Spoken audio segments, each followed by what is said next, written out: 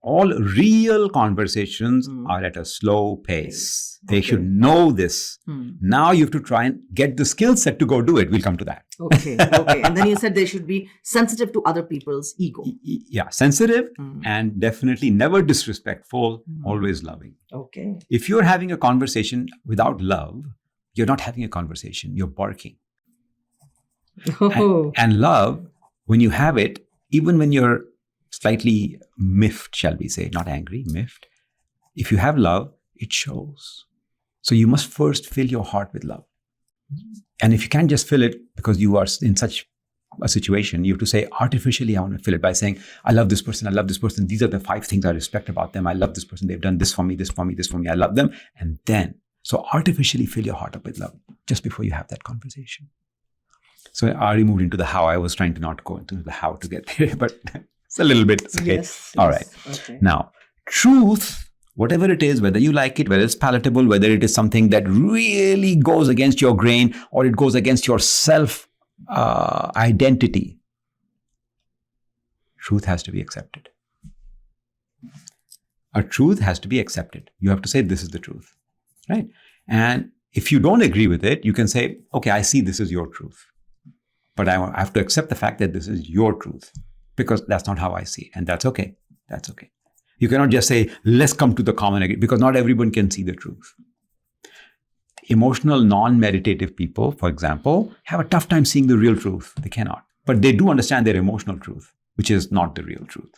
But it is an emotional truth and they feel the emotional part of it. Are they fake feeling those emotions? No. They are really feeling those emotions. Those emotions are built on bad data. Therefore, they're not part of the real world, but for them, they're real. So that's their truth. And you have to accept that this person has this truth. And if you're not there, you've said, this is my truth. I may not be at a place where I can see the real truth also. It's okay. But I must be able to say, first have the idea that I want to accept the truth, whatever it is. Okay. Then there are levels of truth and there are levels of not truth. Okay.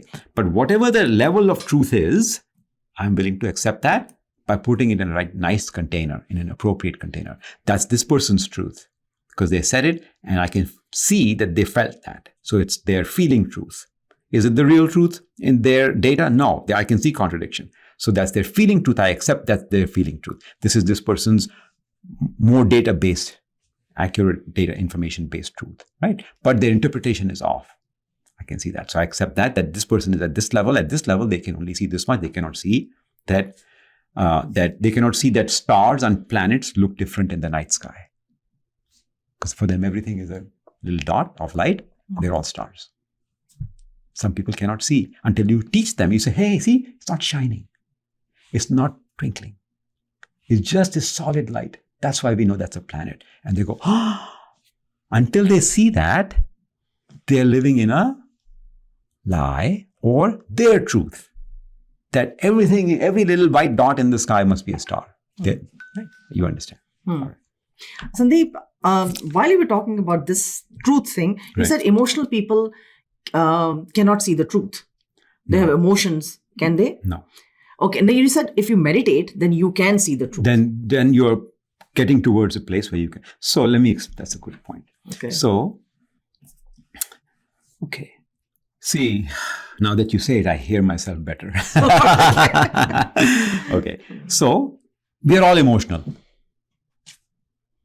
Yes. Why? Yes. We're born with an emotion. Correct. Okay. So, then nobody can see the truth. No, that's not what I meant. I meant when we are being emotional, even though we are human beings are emotional people. Okay, never forget that.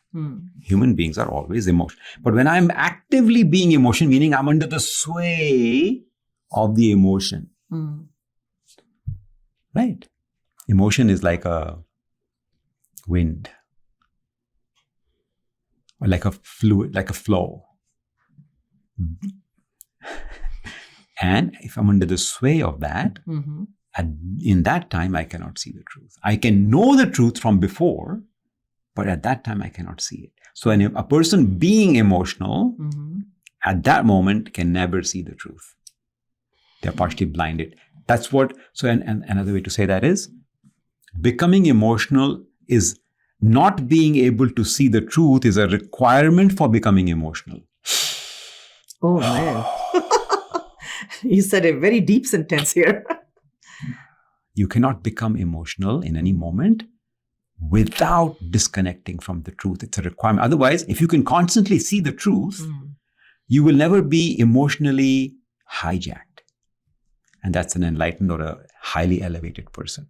No matter what emotion you're seeing in them, they are not in them. The emotion is just happening. They are not inside the emotion being carried by it. Okay. It's a very important line in Bhagavad Gita. I am in them. They are not. They are in me. I am not in them. Okay. All right. Okay. So then real conversation is slow, right? And no disrespect, must have love. Truth have to be accepted. Disagreement is not a sign that there is a loss of love between two people. If I disagree with you, I can still 100% be loving you.